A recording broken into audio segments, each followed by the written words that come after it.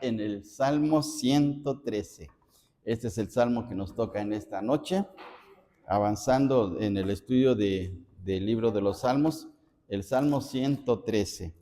Y este es uno de los salmos que más nos gustan, tanto es así que, pues no sabemos cómo ocurrió, pero alguien le puso música y lo cantamos.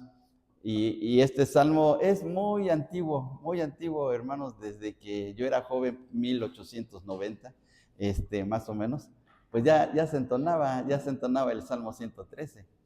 Entonces, ¿quién le puso música? No lo sabemos. La cosa es que, pues, como dice una estación de radio, llegó para quedarse. Y resulta que a través de las generaciones hemos estado entonando el Salmo 113 de diferentes maneras, como entonamos el 150, como el 81, como el 42, también el 42 que es muy popular. Casi en todas las iglesias, y independientemente de la denominación, casi en todas las iglesias se cantan los mismos salmos con algunas variantes en la tonalidad o en la letra, pero casi todos entonamos lo mismo. Bueno, pues hoy nos toca ir al Salmo 113 y vamos a ver aquí en la presentación.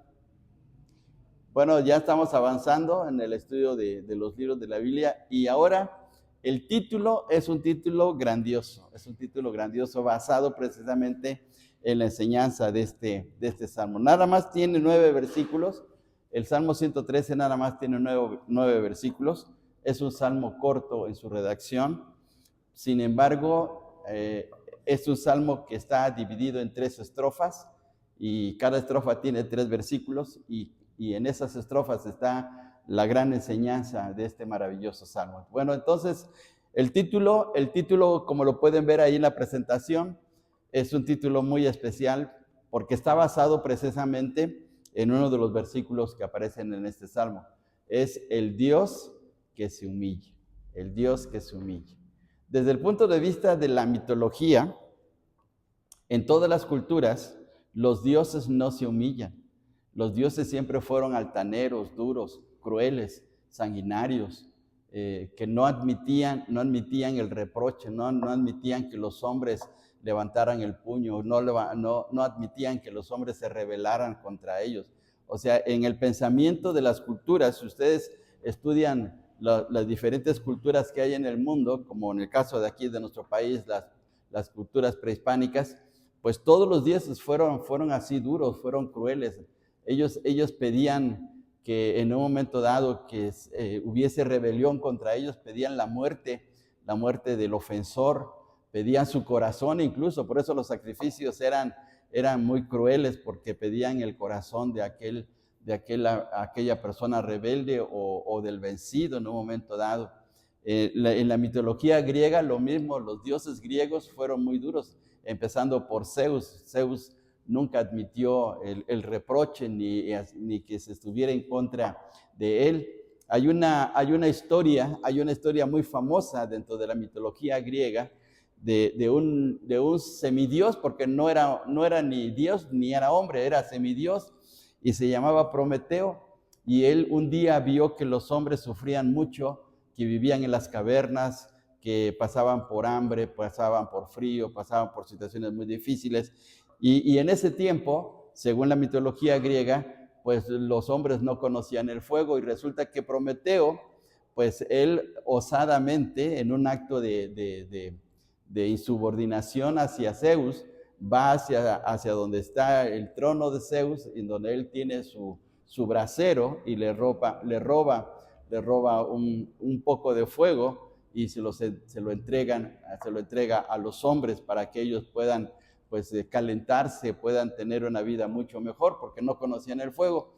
Pero lo supo Zeus que Prometeo había hecho este desafío, esta osadía, y entonces toma a Prometeo y según la leyenda lo coloca en una montaña rocosa, ahí lo deja para que el sol y la intemperie lo afecte y lo haga sufrir, pero sobre todo para que los buitres le comieran las entrañas, le comieran el vientre, ¿sí? Entonces era su castigo, porque Zeus no admitió que le robaran su fuego sagrado. Entonces los dioses de las mitologías en cualquier cultura siempre fueron dioses duros contra el ser humano, pero el Dios de la Biblia es totalmente diferente. El Dios de la Biblia es un Dios compasivo, es un Dios que conoce, es un Dios que ama, es un Dios que está dispuesto a ayudar, es un Dios que está dispuesto a poder mirar al hombre y levantarlo y sacarlo de las situaciones en que está viviendo. Y eso es lo que nos enseña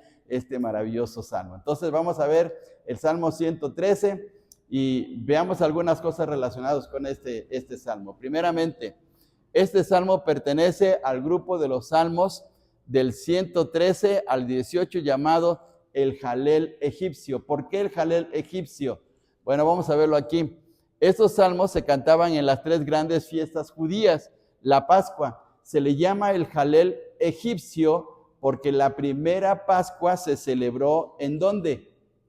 Pues en Egipto, se celebró en Egipto la primera Pascua. Entonces, por eso se le llama el Jalel egipcio, porque la primera Pascua se celebró allá en Egipto por la salida de los israelitas, y entonces a partir de ahí se siguió celebrando o cantando pues estos salmos.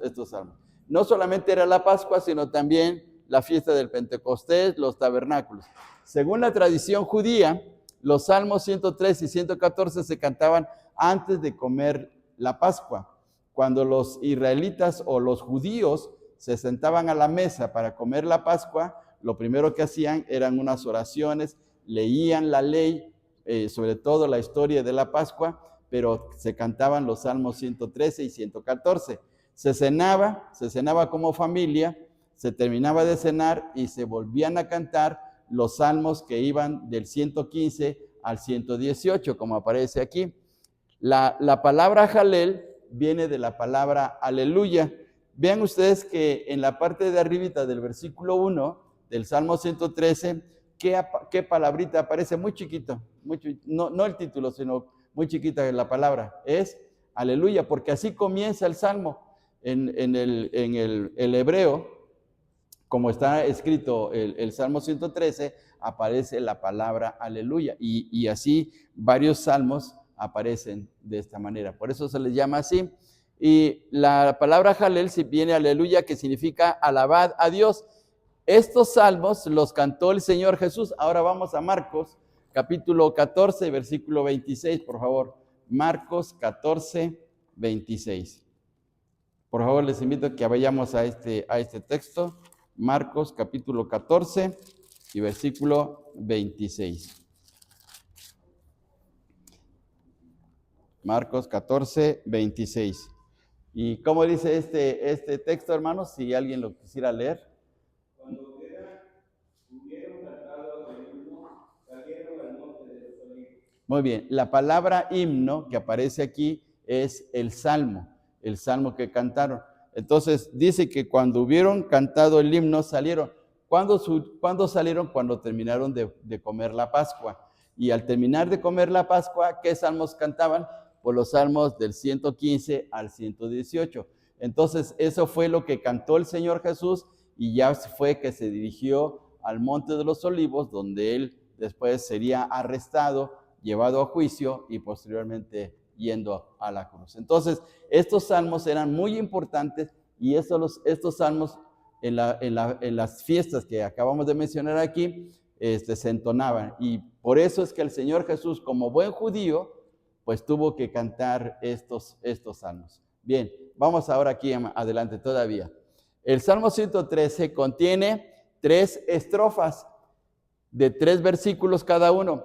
Es un salmo de alabanza y didáctico porque enseña la actitud de Dios hacia los más necesitados, los que viven en una pobreza extrema y las mujeres estériles.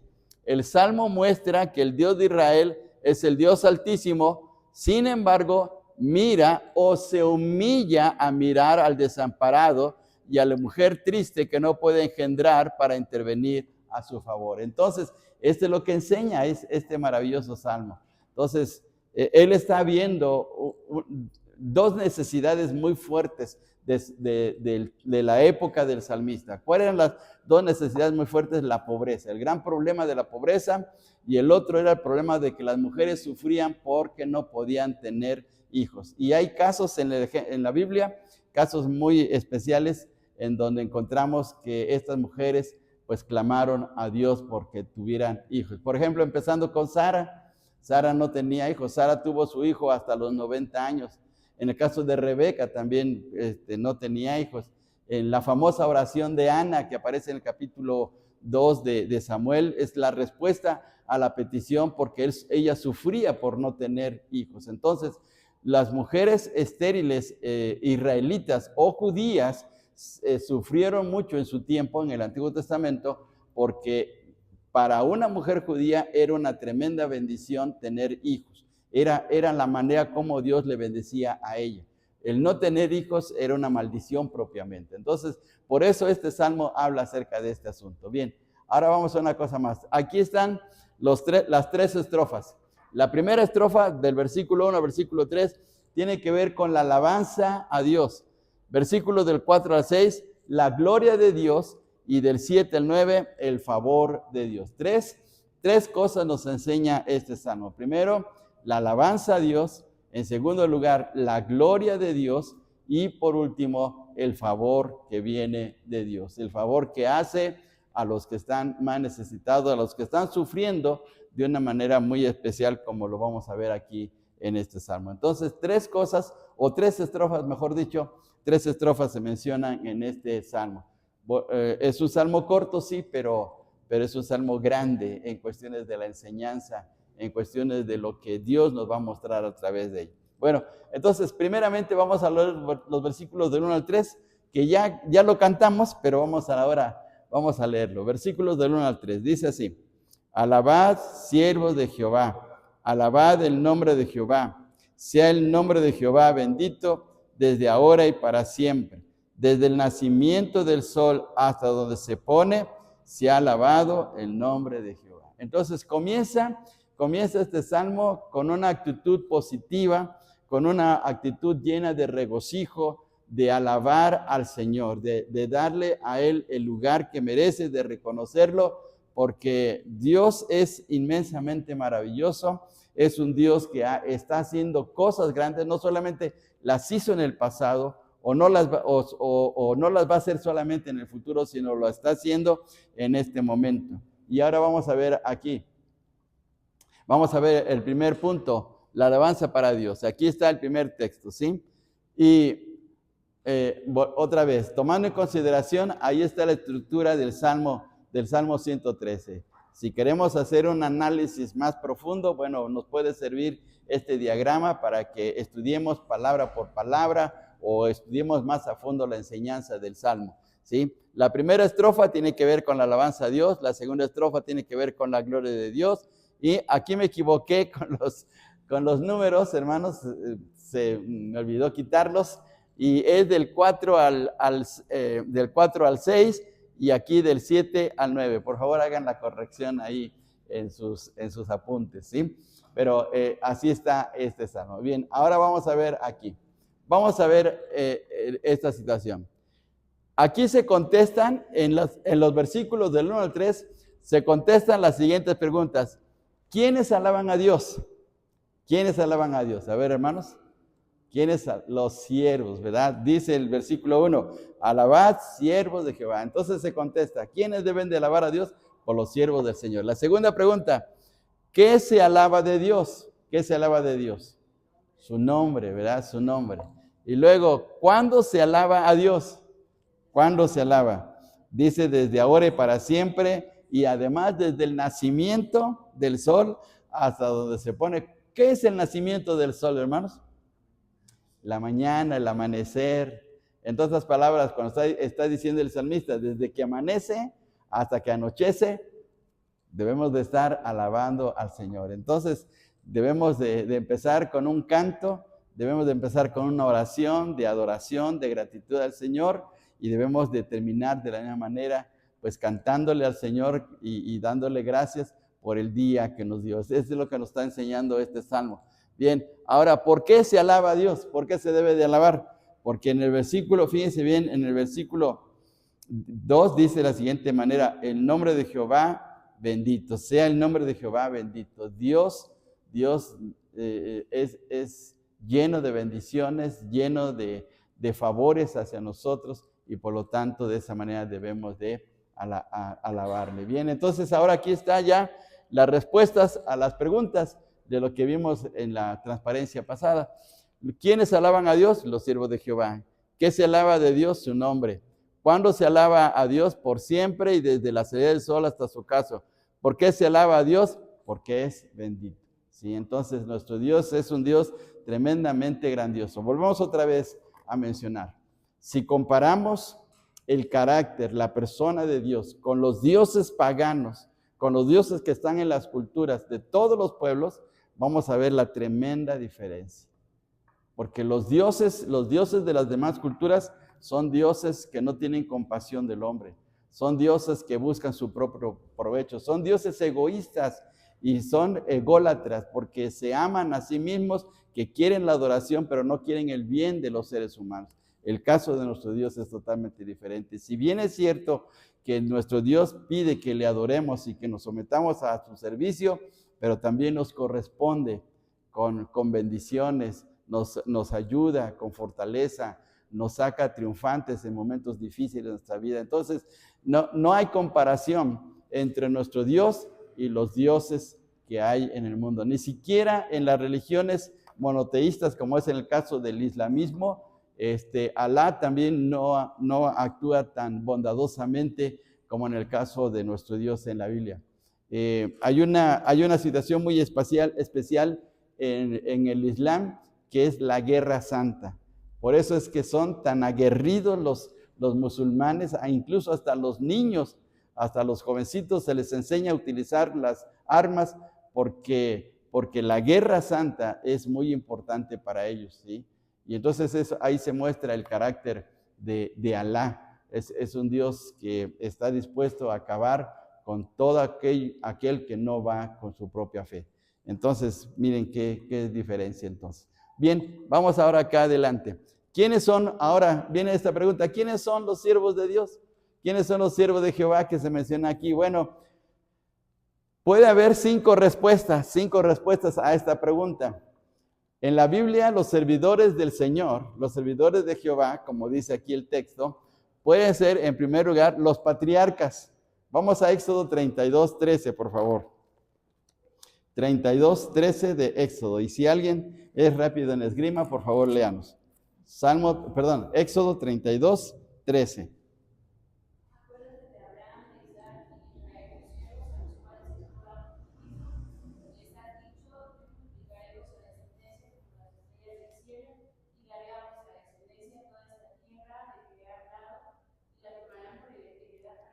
Muy bien, gracias, Tere. Y dice aquí claramente: acuérdate de Abraham, de Isaac y de Israel, tus siervos. ¿Y qué eran ellos? Pues eran los patriarcas.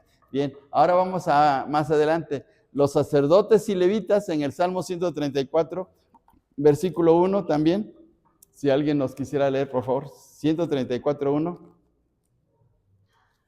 A ver, ¿quién es rápido en esgrima?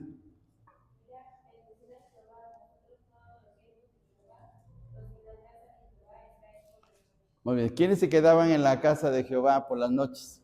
Pues los sacerdotes y los levitas, porque ellos estaban al cuidado de la casa del Señor. Y luego los profetas, Segunda de Reyes 17:13. También, por favor, Segunda de Reyes 17:13. ¿Alguien que nos lea? Segunda de Reyes 17:13.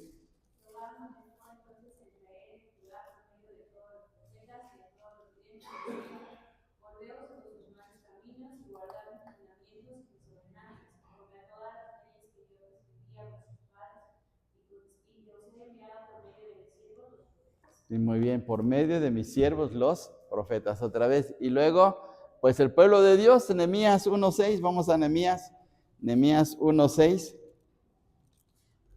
Nehemías 1:6, si alguien lo quiere leer, por favor.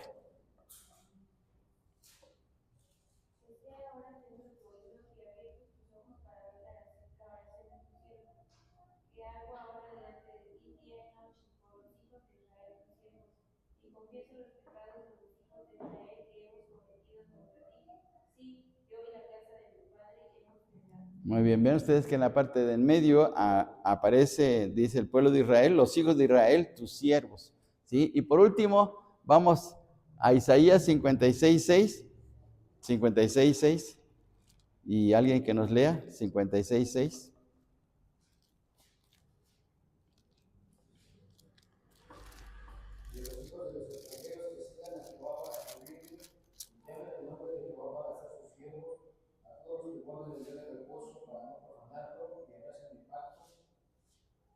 Hasta ahí, ¿verdad? Dice, a los que sigan a Jehová para servirle y que amen el nombre de Jehová para ser sus siervos. Entonces, veamos lo que menciona aquí este pasaje bíblico. Entonces, pues todos los que sigan al Señor, los patriarcas, los sacerdotes, los profetas, y pues todos aquellos que aman al Señor, pues son siervos. Entonces, ¿quiénes debemos de cantar? Pues todos los que creemos y seguimos al Señor, ¿verdad? Debemos de alabar a nuestro Dios. Bien, ahora aquí viene un detalle muy especial. Volviendo otra vez al Salmo 113, encontramos que hay una frase que se repite 3 veces en los primeros 3 versículos. Fíjense bien, vamos a regresar para que observemos lo que dice el Salmo. Regresemos al Salmo 113, por favor, y hagamos este subrayado. Dice, alabad, siervo de Jehová, alabad, y miren esta frase, el nombre de Jehová. Luego versículo 2 dice, sea el nombre de Jehová. Otra vez, segunda vez, desde ahora y para siempre. Luego versículo 3, desde el nacimiento del sol hasta donde se pone, sea alabado el nombre de Jehová. O sea, 3 veces se repite esta frase. Ahora, ¿qué quiere dar a entender el que está escribiendo este salmo? O Dios a través del que escribe este salmo. Bueno, pues aquí está la citación. El nombre de Jehová. En el Salmo 113 aparecen 3 veces la frase el nombre de Jehová. El nombre de Jehová proviene de la revelación de Dios a Moisés en Éxodo 3:14. Recuerdan ustedes que allí en la zarza se le revela el Señor a Moisés. El nombre está relacionado con el verbo hebreo ser o está realmente presente. El verbo ser, que tiene que ver con el nombre de Dios, no solamente indica su persona, sino indica su existencia real, presente y que está de una manera verdadera, no es ficticio propiamente. Y este nombre quiere decir yo soy el que soy. El nombre de Jehová en el sentido de la etimología significa yo soy el que soy y puede significar estoy activamente presente como y cuando lo desee, es decir, Dios está activo. No es un Dios que en nuestra imaginación lo tenemos, o no es un Dios que nos hemos creado, o es un Dios, un ídolo como las culturas paganas de los cananeos o los filisteos. No es así, sino es un Dios que está realmente activo, que su ser está vibrando en el universo y está activo realizando cosas grandiosas, ¿sí? Entonces, eso es lo que está diciendo la palabra Jehová. Dice, o puedo llevar a cabo lo que desee, porque Él tiene la existencia en sí mismo, a Él le pertenece la vida y Él la da a quien quiere. El nombre señala a la propia existencia de Dios y por lo tanto el dador de la vida, como acabamos de mencionar. Entonces, todo nuestro ser y todos los seres vivos de Dios hemos recibido la vida. Hasta el más pequeño insecto que hay en la naturaleza ha recibido la vida de parte del Señor. Y todos los seres vivos, incluyendo los ángeles, los seres humanos, los animales, los invertebrados, las células o los microorganismos, los virus, las bacterias, todo lo que tiene vida la ha recibido de parte de Dios. Entonces es una cosa increíblemente maravillosa la forma como Dios ha actuado, ¿sí? O está actuando. Bien, una cosa más todavía. Ahora vamos a ver la gloria de Dios en este salmo. Dice el texto, excelso sobre todas las naciones es Jehová, sobre los cielos su gloria. Aquí viene esta palabra, es una palabra muy especial en este salmo, la palabra excelso. Casi no se utiliza en los salmos, se utiliza solamente aquí. Y la palabra excelso quiere decir muy elevado, altísimo, sublime, todopoderoso. Es lo que da a entender la palabra excelso. Entonces, ¿qué clase de Dios tenemos? Es un Dios altísimo, altísimo en poder, altísimo en soberanía, altísimo en cualidades, en cualidades de su persona, en la perfección que Él tiene en su propia vida. Entonces es algo tan especial, cosa que nadie le puede alcanzar, muy elevado porque nadie le puede llegar a Él. Es decir, lo que nosotros alcanzamos en este mundo, la gloria que podemos tener en este mundo no es comparable absolutamente nada en comparación con Dios, ¿sí? Lo que nosotros somos no es nada comparable con nuestro Dios, ¿sí? La gloria del ser humano, lo que es el ser humano, es un granito de arena en comparación con todo el universo en lo que es nuestro Dios, ¿sí?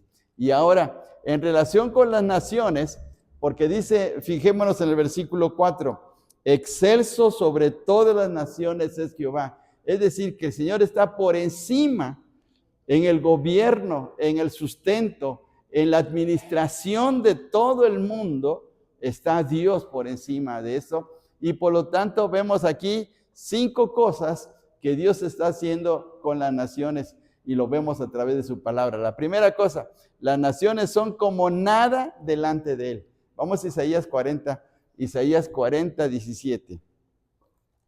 A ver, alguien que nos lea, volviendo otra vez, hermanos, a la participación. Isaías 40, 17.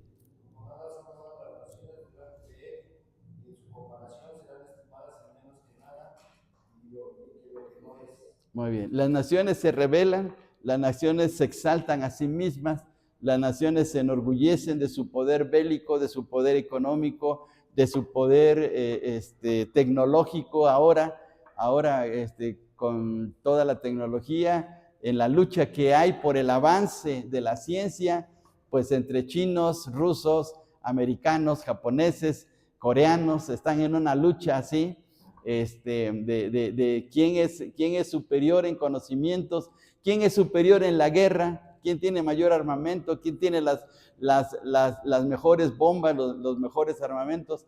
Pero, ¿qué dice el Señor aquí? Las naciones son como nada, como nada. Todo el armamento que tienen las naciones, todas las bombas que tengan, por muy poderosas que sean, hermanos, pues les voy a decir una palabra que tal vez ustedes no recuerden o tal vez la escucharon cuando eran niños, pero todas las bombas y todo el armamento no son más que como chinampinas. ¿Saben cuáles son las chinampinas? Las chinampinas eran unos circulitos de pólvora que se ponían en las pistolitas metálicas que cuando se accionaban, tronaban, ¿sí? Esas eran las chinampinas. Pues hermanos, ¿qué es todo el poder del mundo en comparación con el poder de Dios? No es nada, y es lo que está diciendo aquí el texto, ¿sí? Ahora, en segundo lugar, Dios está indignado contra todas las naciones. Todo lo que están haciendo las naciones, la forma de vivir moralmente, la manera de administrar la riqueza, la forma como están llevando el mundo, que lo están llevando al caos porque en las naciones se quiere sacar provecho para poder mostrar su superioridad. Dios está indignado, ¿sí? ¿Por qué? ¿Por qué se están devastando los bosques? ¿Por qué se están terminando las selvas? ¿Por qué se están muriendo los animales? Porque en las naciones se saca provecho de ellos para poder vanagloriarse, para poder obtener mayor riqueza. Y dice el texto, vamos a Isaías 34:2, por favor. Isaías 34:2.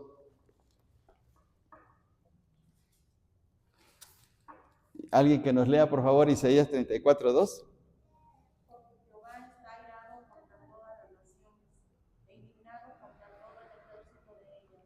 Las destruirá y las entregará al matadero. Muy bien, dice que está indignado hasta con el ejército de ellas. ¿Por qué? Porque ¿en dónde se vanagloria una nación? No se vanagloria en el poder que tiene de los militares, en el poder de las armas. ¿Y por qué los Estados Unidos pueden hacer lo que quieran y se meten a invadir naciones? Pues porque tienen el poder bélico, porque tienen el armamento, ¿sí? Entonces, dice aquí el Señor que Él está indignado, airado contra las naciones que se vanaglorían de eso.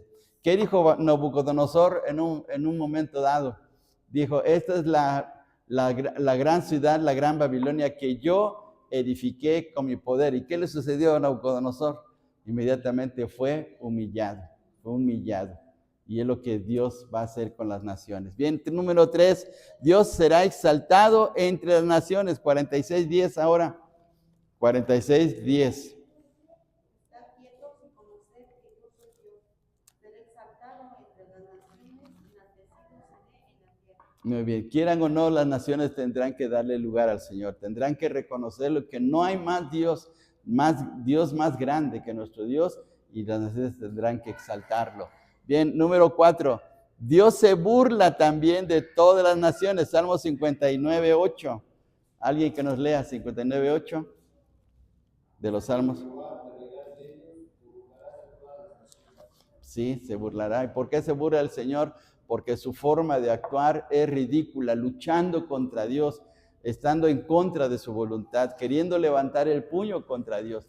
¿Cuándo van a poder vencer las naciones? Hermanos, ahora que salió una nave americana y que fue a la luna para rodearla y que se vieron las noticias, ¿cómo se veía la Tierra?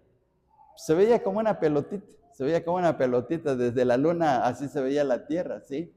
Y si se fuera más lejos, ¿qué pasa con la Tierra? ¿Cómo se ve? Se ve pequeñita, ¿sí? ¿Qué es la Tierra en comparación con toda la grandeza de Dios? Por eso el Señor se burla, porque, por ejemplo, hermanos, cuando una hormiga nos pica, ¿qué hacemos? No, pues pobre hormiga, ¿verdad? Hasta ahí llegó la pobre hormiga. Entonces lo mismo ocurre con las naciones. Las naciones se ufanan, se enorgullecen, se crecen de que son poderosas, pero ante la presencia del Señor, pues no es nada lo que tiene. Vamos al último. Dios pastorea a todas las naciones. Salmo 67:4. Salmo 67:4.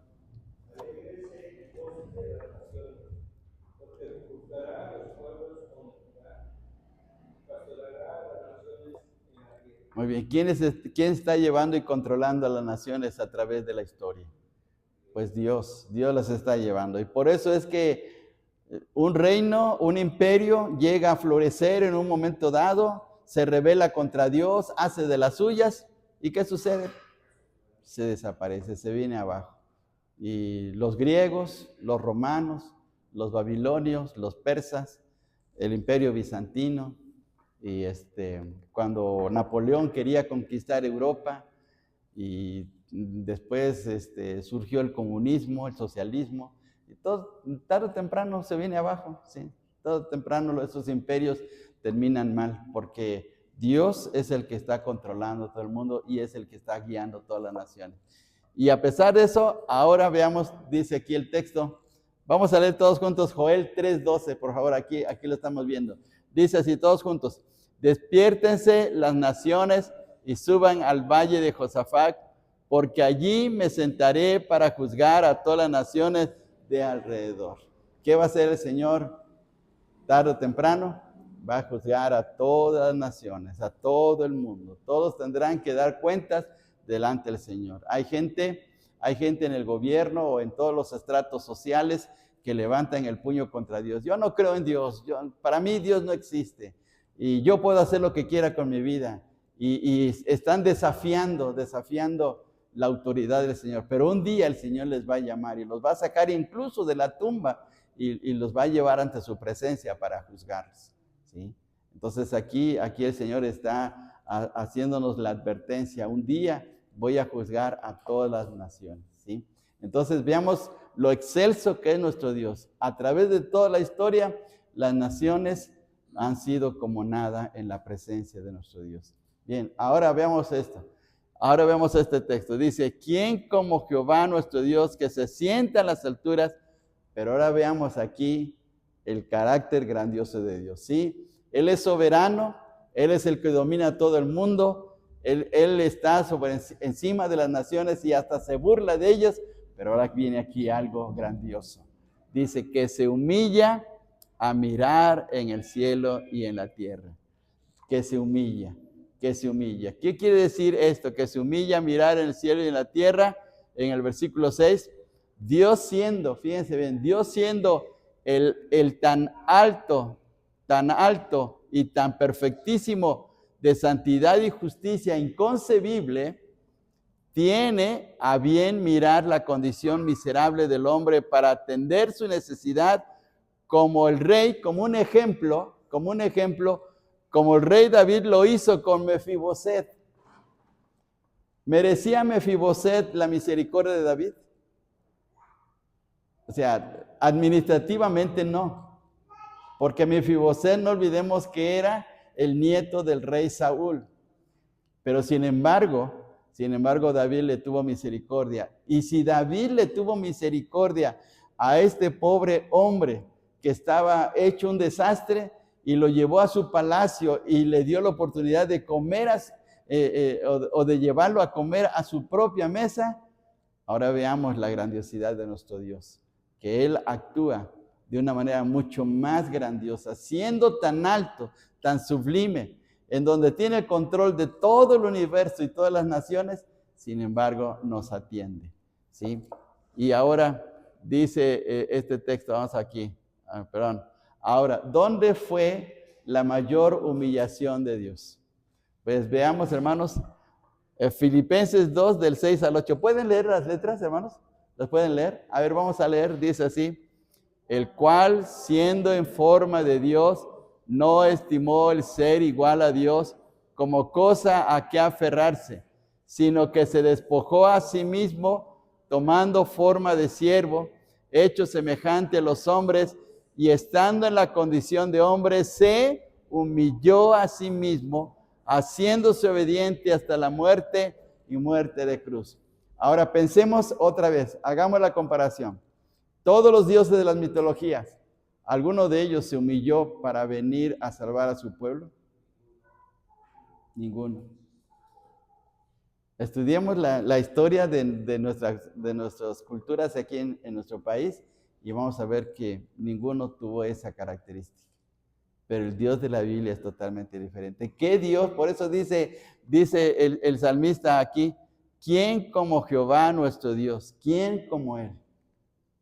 ¿Quién como Él que hasta hace eso? Se humilla para venir a rescatarnos cuando no debería hacerlo. Hermanos, si usted viera un hormiguero destrozado, un hormiguero, y tuviera la oportunidad de convertirse en hormiga para ayudarles, ¿lo haría? Ya no, pues hay que se las arreglen ellas, ¿no? Pero el Dios de la Biblia, nuestro Dios, sí se humilla para venir a estar con nosotros, para poder sacarnos de nuestras diferentes situaciones difíciles, ¿sí? Bien, veamos esto. Ahora, veamos el favor de Dios. ¿Hasta dónde se humilla el Señor? Bueno, aquí es donde muestra esa humillación de una forma práctica. Dice en los versículos del 7 al 9, Él levanta del polvo al pobre y al menesteroso alza del muladar. En nuestro canto, en el canto 38 que entonamos del Salmo 113, ¿qué palabra se utiliza aquí en nuestro canto para decir muladar? Del estiércol.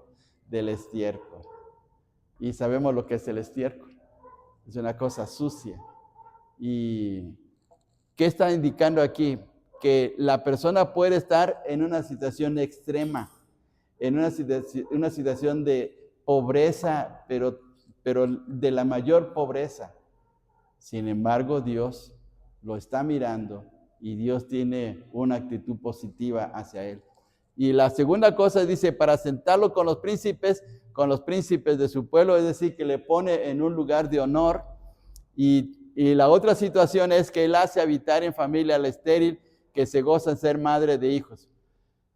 Para todo judío o para todo israelita en el tiempo del Antiguo Testamento, la esterilidad de las mujeres sí era un serio problema.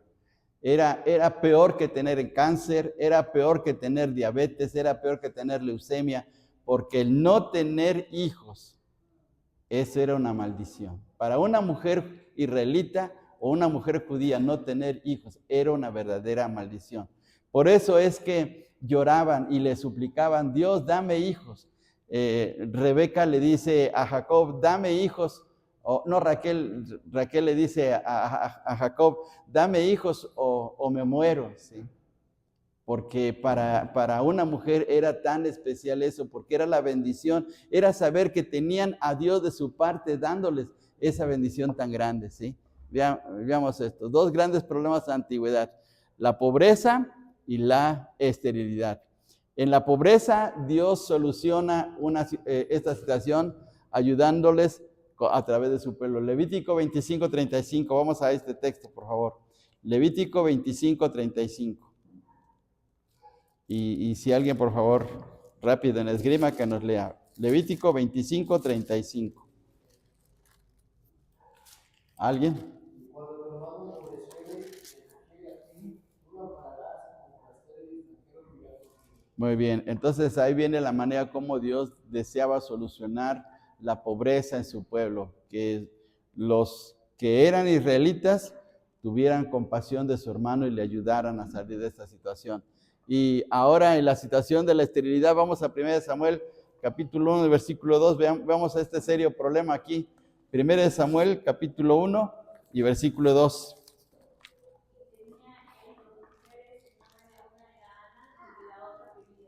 Muy bien. Sí, es cierto. Y veamos que era una situación muy grave para Ana el no tener esos hijos, y pues lloraba constantemente porque ella sentía que era rechazada por Dios. No solamente era un problema familiar, sino era un problema espiritual, ¿sí?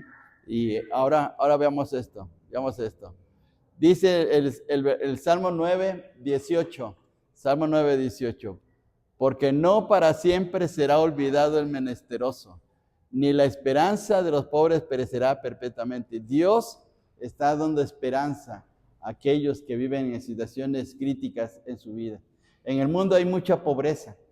Aquí en nuestro país hay pobreza en ciertos lugares, pero no es tan extrema como en otros países que llega a situaciones de verdad tan difíciles. Hay fotografías de niños sufriendo de una manera muy tremenda, como el caso de esta fotografía, niños que viven en África, en donde tienen que ir a los basureros a buscar comida. Y miren qué feo. Gracias a Dios que pues en nuestro país hay ciertos programas sociales, que hay la ayuda a veces de las iglesias, que hay la ayuda de sociedades, de asociaciones humanitarias que buscan la manera de cómo sacar a la gente de sus situaciones. Pero hay países donde la situación es de veras muy difícil. Sin embargo, Dios está atento a eso, y ahí tiene el texto, dice, porque no para siempre será olvidado el menesteroso. Dios no va a olvidarlos, y Dios los va a ayudar a salir triunfantes. Y ahora veamos acá, en el caso de Ana, que su oración, y no solamente Ana era en el sentido personal, sino Ana como representante o representativa de las mujeres estériles de su tiempo. Dice aquí el texto, hasta la estéril ha dado a luz a 7, y tiene que ver con su oración. Dice, hasta la estéril ha dado a luz a 7. ¿Por qué? Porque Dios bendice, porque Dios está al cuidado, porque Dios atiende la necesidad. Entonces, si Dios atiende a los pobres y atiende a las estériles, Él atiende a todo el mundo, porque es el Dios que se humilla para poder venir a estar cerca de nosotros y sacarnos entre nuestras diferentes situaciones de vida, ¿sí? Bien, ¿qué aprendemos, hermanos, de este salmo grandioso? ¿Algunas preguntas, comentarios?